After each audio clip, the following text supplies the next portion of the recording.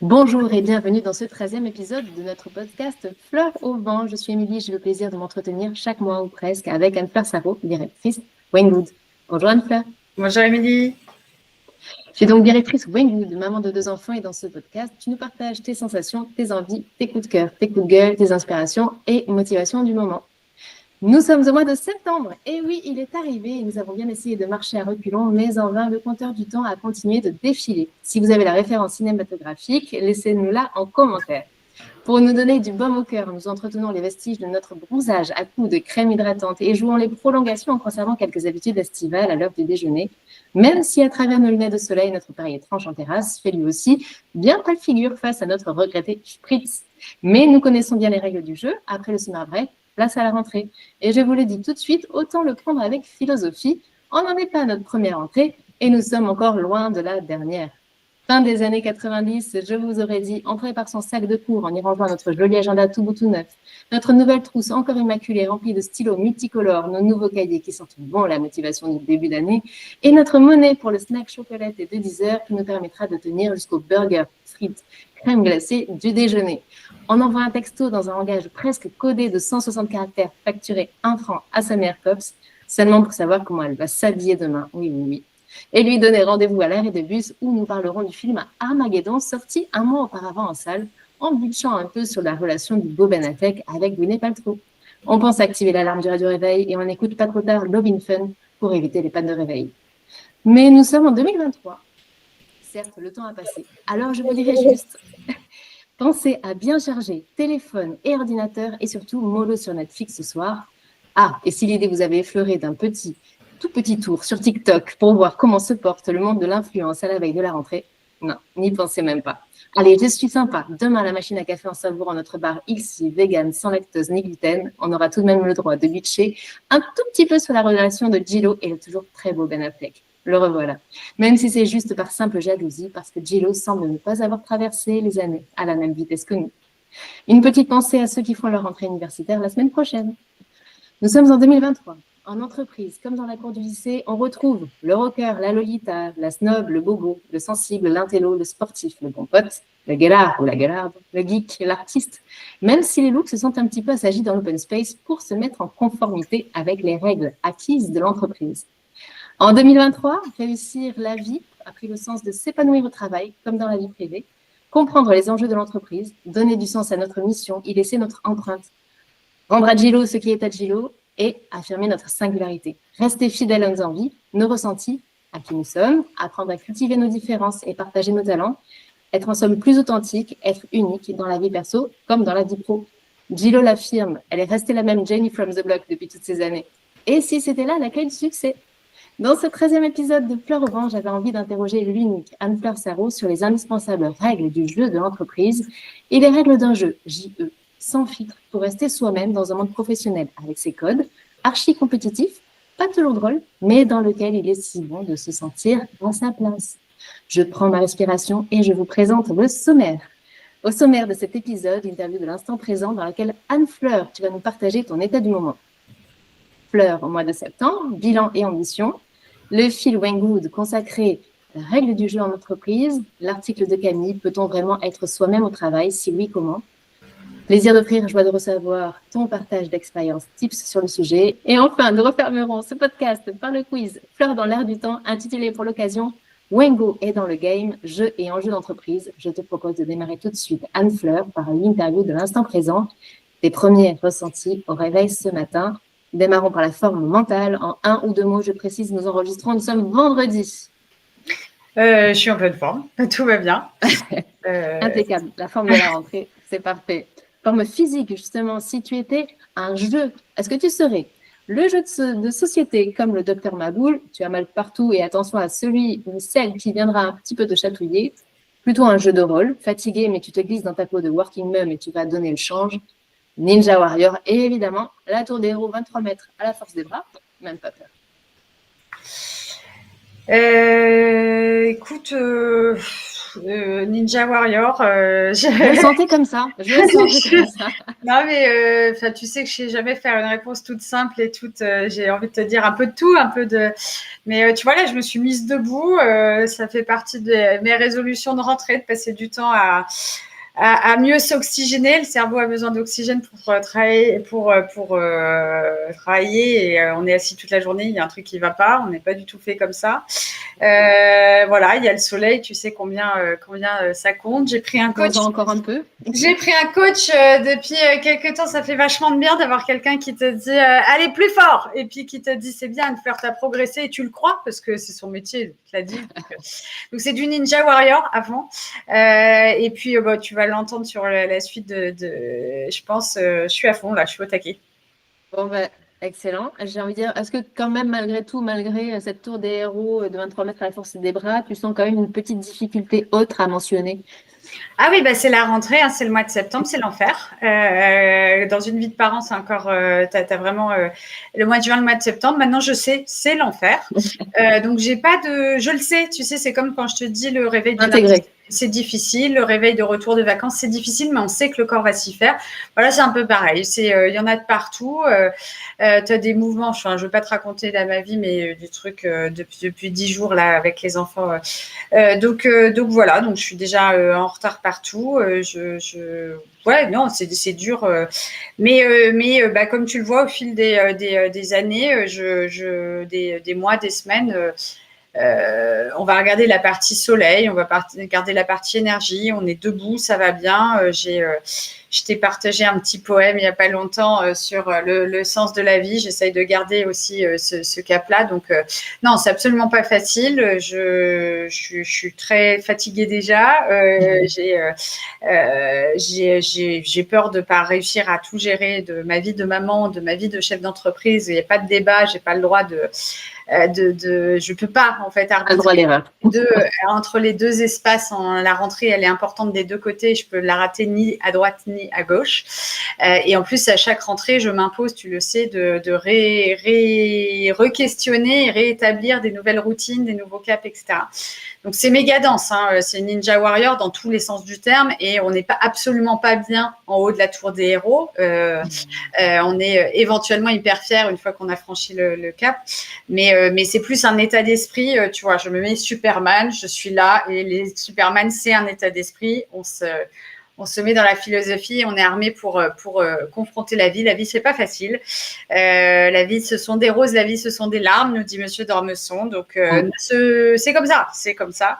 Mais disons que j'essaye d'encourager le sourire. J'ai de la bouche, tu sais, toujours comme ça. Mais je pense que si on fait l'effort, c'est un effort qui après est dans une bonne dynamique.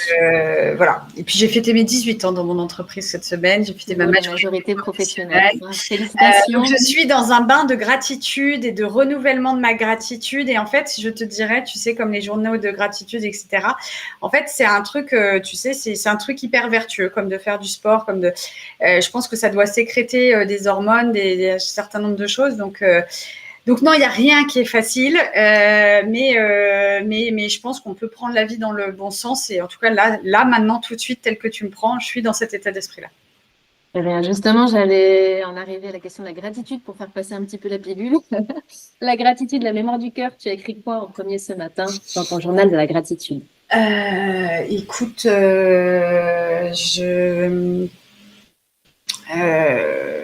moi, je l'ai pas écrit en vrai, mais je dirais que si j'avais dû écrire quelque chose, j'aurais dû écrire merci Olivier, qui est notre directeur technique et qui est très très exigeant et pas toujours.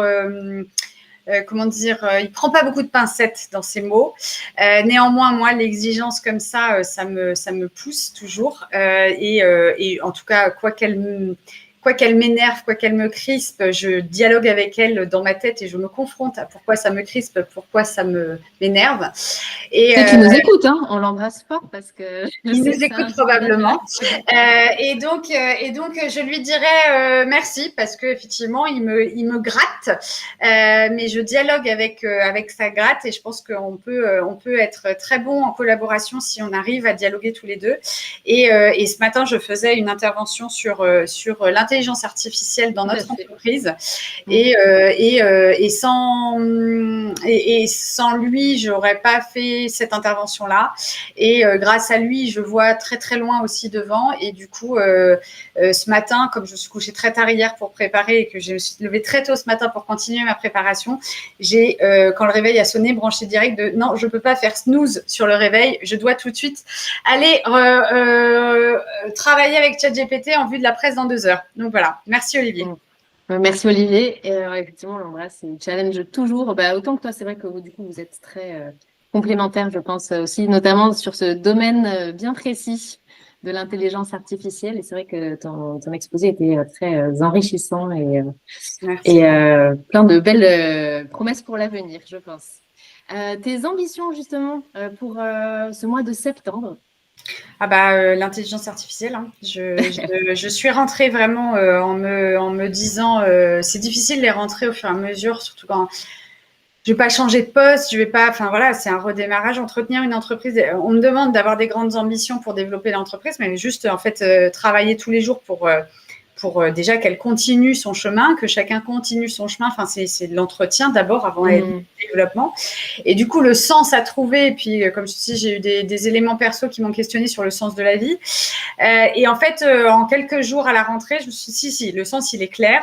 Il y a une révolution qui est en route, qui va changer notre vie et je vais en être actrice pour notre entreprise. Et donc, j'ai, tu sais, une compétence de direction des opérations qui est mon cœur de métier initial. Donc, il y a toute une logique de l'IA pour augmenter nos métiers. Et donc, je passe mes journées sur cette question-là. Et l'autre axe de mon kiff métier, c'est tout ce qui est développement produit, imaginer, créer des produits. Et donc, c'est l'autre axe où je pense qu'il y a énormément de choses à faire dans nos métiers avec l'intelligence artificielle.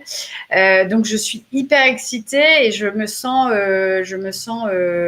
ça résonne vachement avec mon métier historique et je suis dotée d'un nouvel donc voilà, c'était quoi ta question? Mon ambition sur la rentrée, c'est de faire en fait, j'arrête tout dans ma tête. J'ai tout arrêté en me disant non, je reprends pas la vie et le plan stratégique tel que je l'avais écrit il y a 6 mois ou il y a 3 mois même. Je le prends comme si à chaque point du plan, je réanalysais l'axe en se disant et avec avec l'IA qui m'enlève des freins, qui repousse les limites, comment je réécris l'objectif à 3 mois. Et donc là, je suis dans un mode où mon ambition, c'est de voir comment je fais pivoter chacun et l'entreprise, sachant que l'IA est là.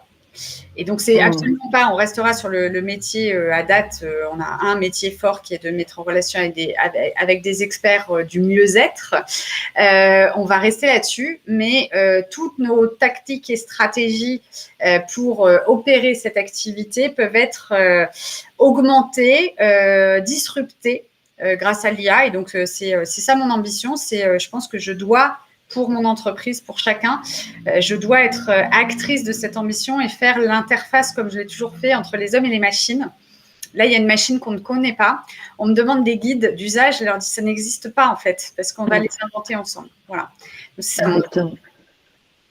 Très bien. Eh bien, merci beaucoup, Anne-Fleur. Je te propose de passer tout de suite à la rubrique du Feel Good. Entreprise, les règles du jeu, JE. Peut-on vraiment être soi-même au travail? Si oui, comment? Un article à l'origine sur le site wingwood.com, un article de Camille. Par peur, parfois par pudeur, être soi-même au travail n'est pas simple puisqu'on nous dit souvent de maintenir une frontière entre vie professionnelle et vie personnelle. Anne-Fleur, j'aimerais recueillir ton retour d'expérience et discuter avec toi du sujet de l'authenticité au travail, de l'expression du soi dans le milieu de l'entreprise. Première question, selon toi, en quoi consiste le concept d'être soi-même en entreprise? C'est une drôle de question que l'authenticité, parce que c'est un des premiers freins qu'on va me brandir quand je vais proposer. J'ai pensé à toi en écrivant cette question. Quand on va proposer de collaborer avec l'intelligence artificielle. Et c'est une drôle de question que tu me poses ici quand tu dis tu penses à moi, parce que il faut savoir quand même qu'une partie des gens se demandent si je suis un robot. Et je le vis très bien. Et en même temps, toute personne qui m'a côtoyé 3 minutes, même dans un univers professionnel, m'a vu forcément pleurer. Forcément. Tu n'es donc pas un robot. De joie, d'émotion, de colère, de peur. Tout le monde dans mon entreprise, je pense, m'a vu pleurer. Ou pas loin. Donc la question de l'authenticité. Écoute, moi, j'ai la chance, je ne sais pas si je suis très légitime pour donner des conseils ou une vision là-dessus, parce que ma vision est forcément très, très prismée. J'ai fait 18 ans dans la même entreprise avec les mêmes chefs et j'en suis devenue une des chefs. Donc, le rapport à l'authenticité, il est quand même lié au contexte de l'entreprise, au contexte unique de l'entreprise, au contexte de la hiérarchie, au contexte des collègues. Et donc, je pense que la réponse à ta question, elle dépend énormément de ce contexte et de notre liberté de choix ou pas par rapport à ce contexte. Parce que j'aurais envie de te dire, oui, moi je pense que être soi-même, c'est nécessaire. L'authenticité, c'est essentiel. En tout cas, que ça rend le possible bien plus grand, parce que c'est notre unicité qui va faire un peu ce qu'on va pouvoir construire dans le collectif. C'est notre identité, notre unicité. Mais ça, c'est mon vécu de l'entreprise et c'est ma façon de gérer les hommes dans cette entreprise aussi.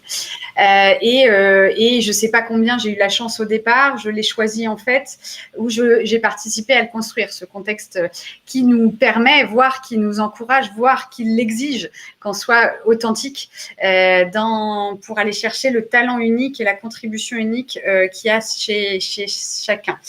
Je te dirais aussi que si je réfléchis, et tu sais que je suis très efficience opérationnelle et machine qui avance, c'est sûr que quand on est dans une usine ou quand on est dans un grand groupe, la fonction va forcément primer sur l'individu, mais c'est un peu nécessaire, parce que si on réfléchit, je ne sais pas si on a déjà eu cette discussion sur le podcast, mais dans une grande entreprise, une personne, elle vient dans une équipe pour à peu près 3 ans et donc elle va en moyenne au max côtoyer ses collègues pendant 1 an et demi.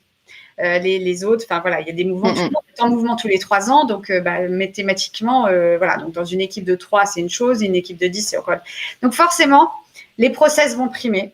Forcément, la fonction doit primer. Et forcément, je viens avec un habit et j'ai un rôle à jouer. Et donc, je suis plus dans une pièce de théâtre que dans le théâtre de ma vie. Je pense que ça, c'est vrai et nécessaire, du coup, dans des grosses entreprises, dans des usines. Et je pense que ça bouge, mais ça se comprend que ça s'en soit arrivé là ou qu'on en soit là dans ce type d'entreprise. C'est beaucoup moins vrai, je crois. J'imagine, en tout cas, de ce que j'ai eu l'occasion de voir, dans une petite entreprise qui va beaucoup moins avoir besoin, voire qui va pâtir en fait des frontières. Moi, le nombre de fois où on me dit, bah ça c'est pas chez moi, c'est un tel, ouais, enfin, et moi je fais comment, enfin, c'est pas le sujet. Et hier. J'avais le petit quotidien de mon fils, tu sais, qui parlait de c'est quoi un tremblement de terre et qui représentait les plaques tectoniques. J'adore les plaques tectoniques. Et, tu sais, et donc là, j'ai demandé à Bard comment expliquer tout ça à mon fils dans ces mots. Et il me parle d'un puzzle. La Terre est un puzzle. J'ai beaucoup aimé La Terre est un puzzle. Ouais, ça marche. C'est un truc. Et ben, l'entreprise, c'est ça. C'est du coup des pièces de puzzle. Comme les plaques tectoniques, des fois, elles font ça. Du coup, ça fait des montagnes. Des fois, elles font ça. Ça fait du tremblement de terre. Des fois, elles sont comme ça. Et il y a un fossé au milieu et le truc n'avance pas. Donc, être intelligent, être solidaire, être à l'écoute, être soi, du coup, me semble essentiel plus l'entreprise est petite, moins il y a de gens, plus ça va être essentiel. Pour autant, l'homme est un loup pour l'homme, hein, comme on dit, en société, non, on va pas pouvoir venir comme ça et vomir sa rage sur tout le monde parce que ce matin, ça s'est pas bien passé. Donc, faut trouver un équilibre, c'est pas c'est pas évident. Moi, j'ai envie de croire, mais je vis un peu chez les bisounours, tu le sais, et je suis actrice de notre entreprise, donc j'ai, on va dire, un peu les moyens de mes envies. J'ai envie de croire que la vie devrait et pourrait être une vie d'authenticité et de sincérité en entreprise, de pouvoir accueillir chacun avec ce qu'il vit et comme il est. Maintenant, on est aussi encodé par une société. On a tous ces codes qui nous créent des déviances, qui nous créent. On est un peu vicieux. Tous les hommes ont des défauts, ont des vices, ont des tendances à la paresse par moment. Enfin voilà, on peut pas. Faut trouver un équilibre et autant que possible, si on peut choisir un endroit qui nous permettra d'être soi, faut le faire. Si on préfère un endroit où on est au théâtre, faut le faire aussi. Et c'est aussi du coup une question de choix personnel. Et puis je te dis ça tout en ayant conscience que tout le monde n'a pas le choix, qu'il y a des endroits où on travaille pour manger, tout simplement, et qu'on n'a pas forcément le choix de partir et d'aller trouver un endroit plus adapté, qui permettra plus d'authenticité. Donc la vie est compliquée, comme je disais tout à l'heure. C'est pas blanc, c'est pas noir, c'est gris. Moi, mon gris à moi, il me plaît bien. Mais j'ai de la chance.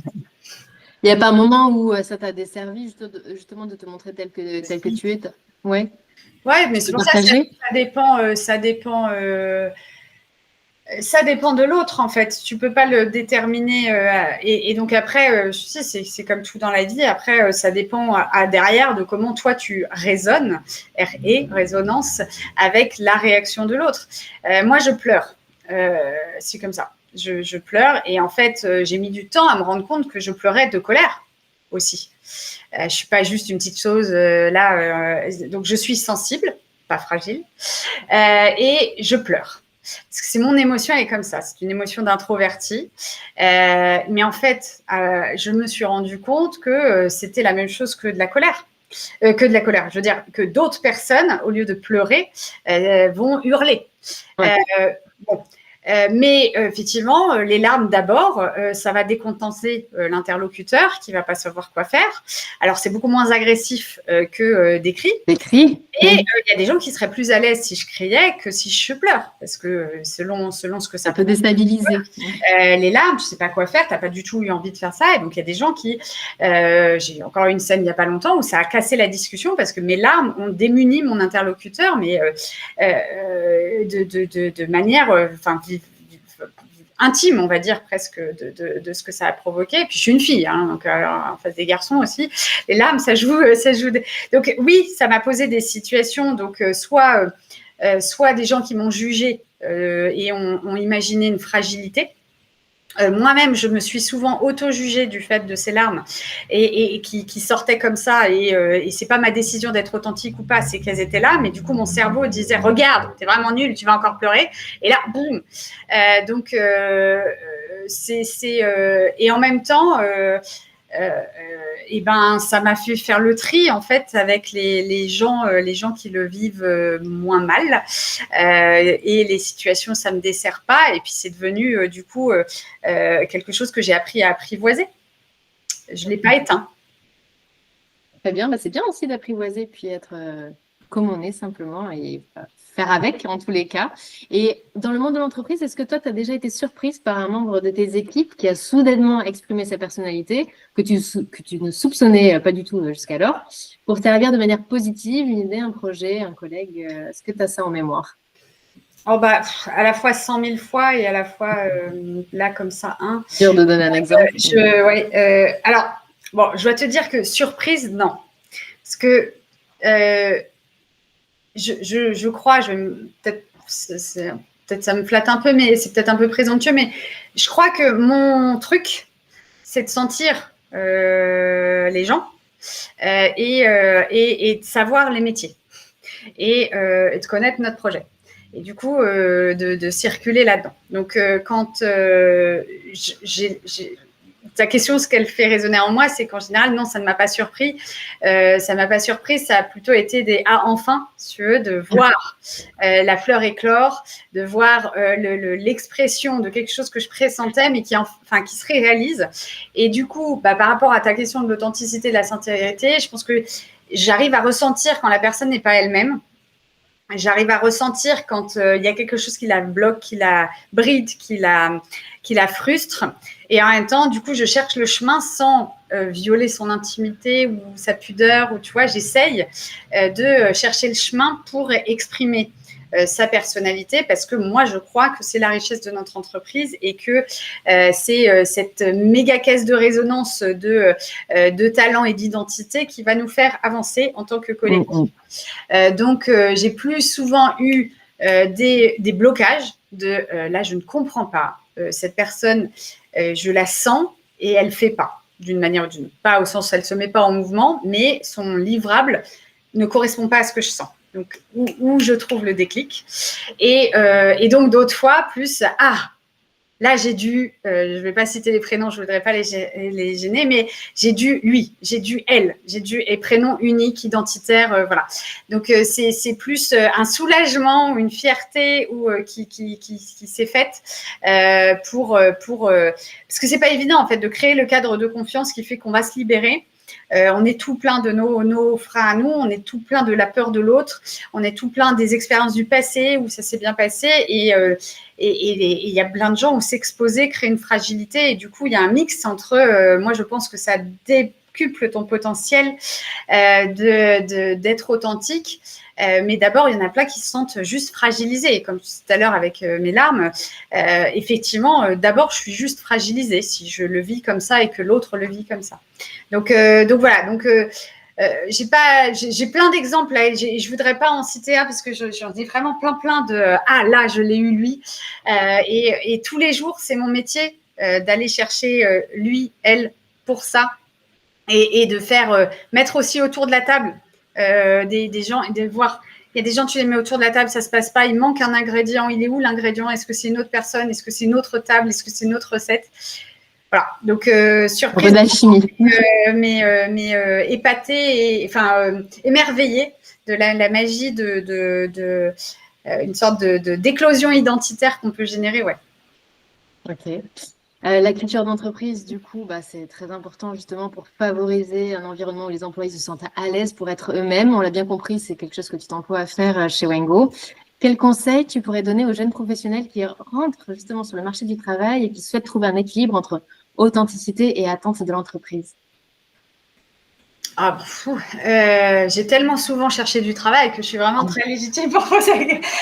Mais tu fais passer des entretiens. Oui, mais bon, écoute, je pense que la question est dans les deux sens. C'est que s'il y a un concept qui s'appelle la symétrie des attentions.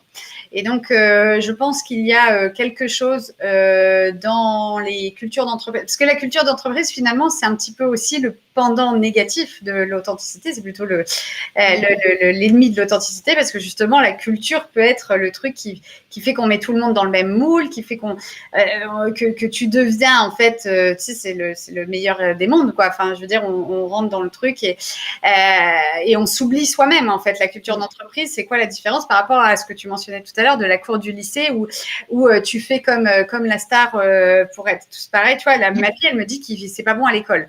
Et ma fille, elle mange tout. Mais depuis quelques semaines, elle me dit c'est pas bon à l'école. Je pense qu'elle dit c'est pas bon à l'école parce que tout le monde dit c'est pas bon à l'école. Et que tu vois, donc la culture, on est dans le truc qui te lisse l'authenticité, la sincérité, l'unicité, l'identité. Mais c'est extrêmement important, la culture, pour emmener un groupe ensemble. Je pense qu'il y a un sujet quelle est la bonne méthode, je ne sais pas, mais qui est déjà de prendre conscience de sa propre identité. Parce que, moi, je peux te dire que c'est un truc, j'ai pas fini le travail là-dessus, de faire la part, faire le tri en moi de il faut versus je veux, et je suis versus je dois. Et ces éléments-là sont quand même assez essentiels. Et si tu te connais pas toi-même, alors va pas discuter avec le monde extérieur de ces questions-là. Et du coup, mon authenticité, est-ce que je la connais? Et puis, du coup, l'authenticité de l'entreprise et l'authenticité de l'entreprise vis-à-vis de ses salariés et vis-à-vis de ses clients. Et je pense qu'il y a quelque chose de cet ordre-là, comme tu dis, la symétrie des attentions. Comment est-ce que tu mesures ça en entretien? Il doit y avoir des tips, il faut réfléchir. Après, il y a des indices. Mais il y a des indices en même temps. Enfin, c'est comme ChatGPT et LinkedIn, etc. Il y a la vie qu'on dit et puis la vie qu'on mène réellement.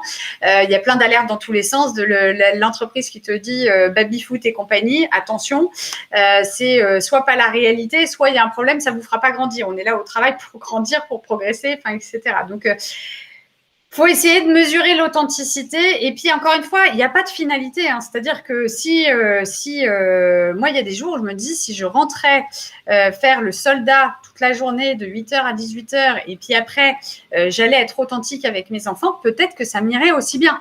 Et je pense que selon les gens, c'est pas parce qu'on est plus dans des rôles et des moules que pour autant on respecte pas l'homme. Hein. C'est pas donc je pense qu'il faut vraiment se connaître pour faire son choix.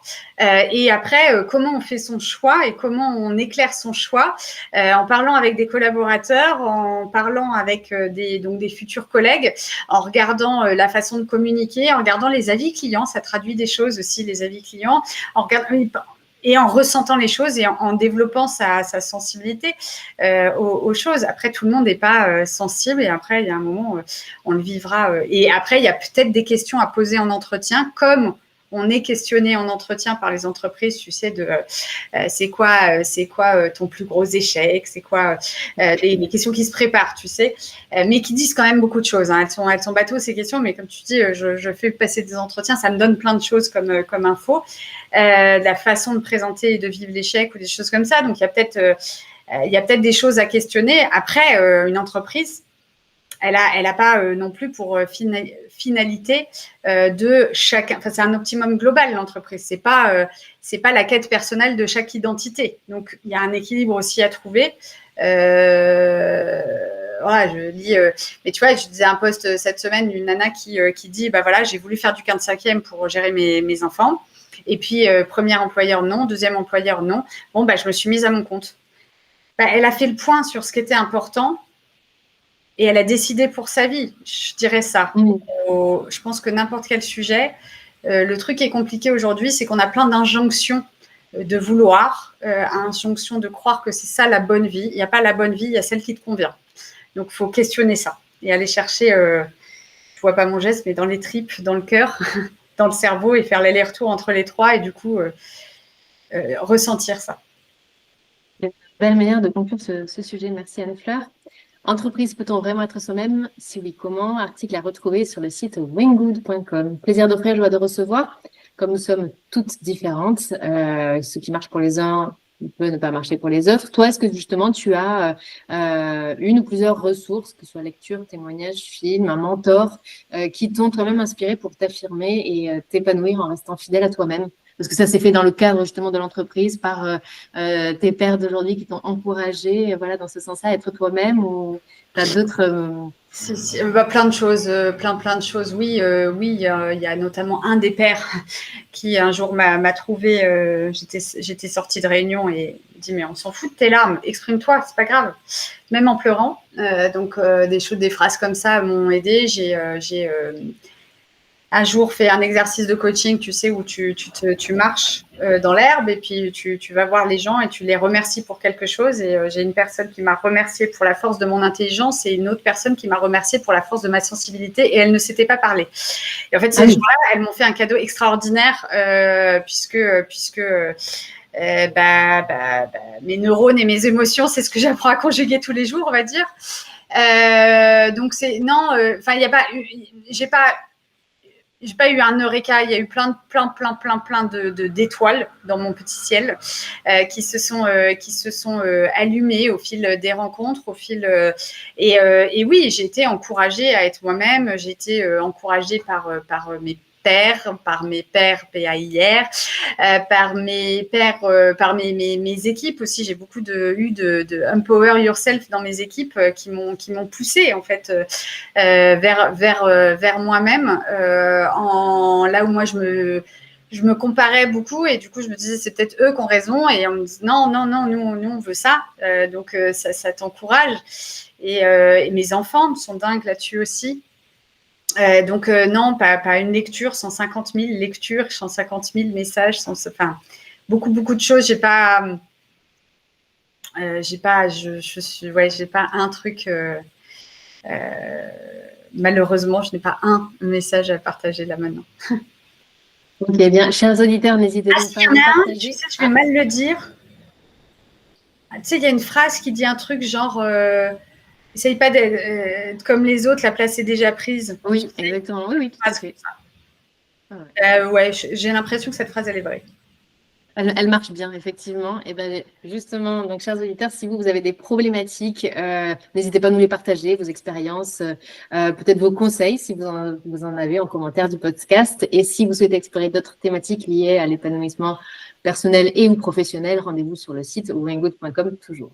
Refermons ce podcast par notre séquence fleurs dans l'air du temps et notre quiz intitulé pour l'occasion Wengo est dans le game, jeux et enjeux d'entreprise. Je te propose, Anne-Fleur, de faire ici un parallèle entre les jeux de société, les aptitudes qu'ils requièrent et les enjeux du monde de l'entreprise à travers quelques exemples appliqués à Wengo. Démarrons par le Monopoly. On le connaît tous. Diriger une entreprise peut parfois ressembler au jeu du Monopoly où les bons investissements sont clés.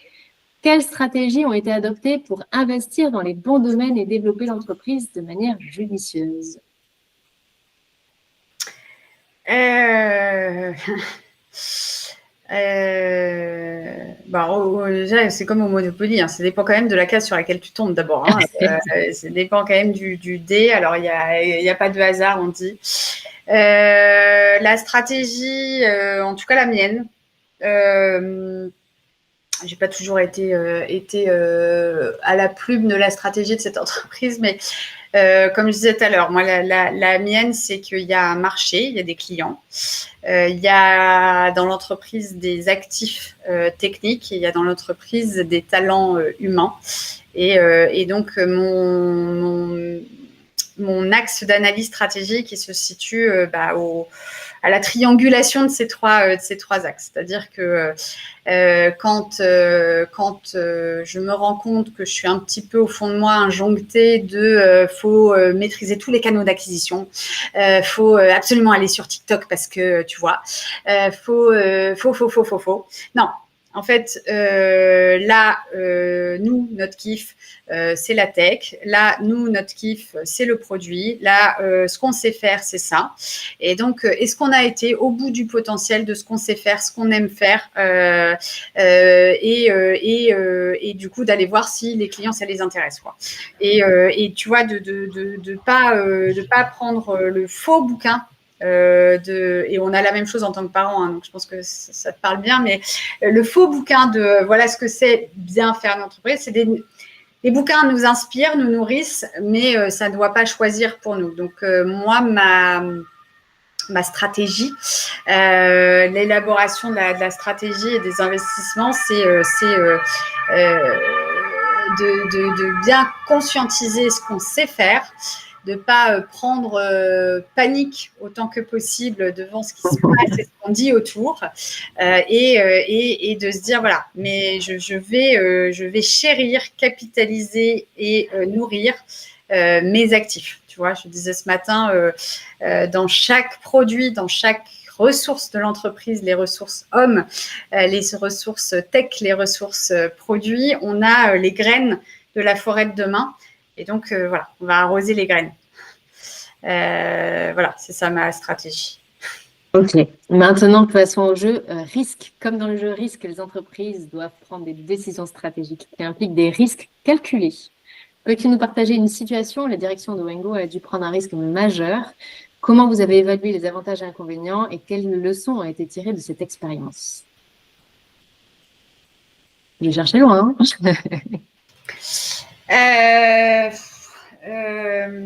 On est très ingénieur analytique, comme tu dis, on dit risque calculé. Et du coup, risque calculé versus risque majeur, on ne peut pas avancer dans l'entreprise avec ceinture et bretelles.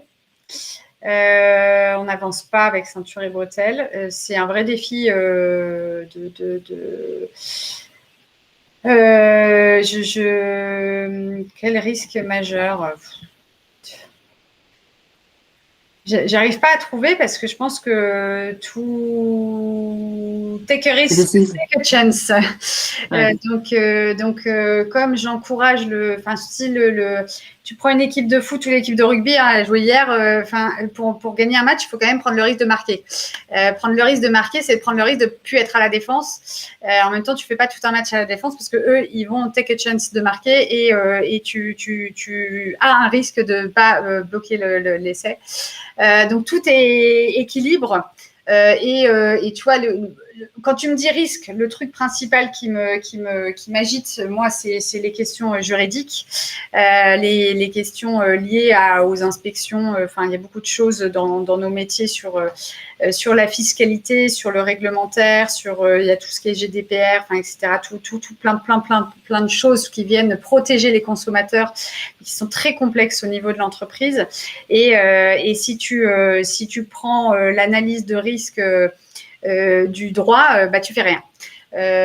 Donc oui, c'est un dialogue, on va dire, entre les risques et les opportunités. Et puis c'est moi, parce que je vois pas d'autres risques en fait que de vrais risques, je veux dire, parce que tous les autres c'est des chances de réussir, quoi. Donc faut trouver le chemin intelligent en fait pour expérimenter, explorer cette idée que tu as. Et après, par rapport au juridique, je pense qu'on essaye de faire au mieux, mais on n'a pas la réponse a priori. Donc, mais j'ai pas un exemple. Il y en a plein. On a pris plein de risques forcément, mais je les vois tellement comme des opportunités. Puis c'est pas simplement un risque majeur j'arrive pas à répondre à cette question. Je suis désolée. C'est décalculé et c'est très bien.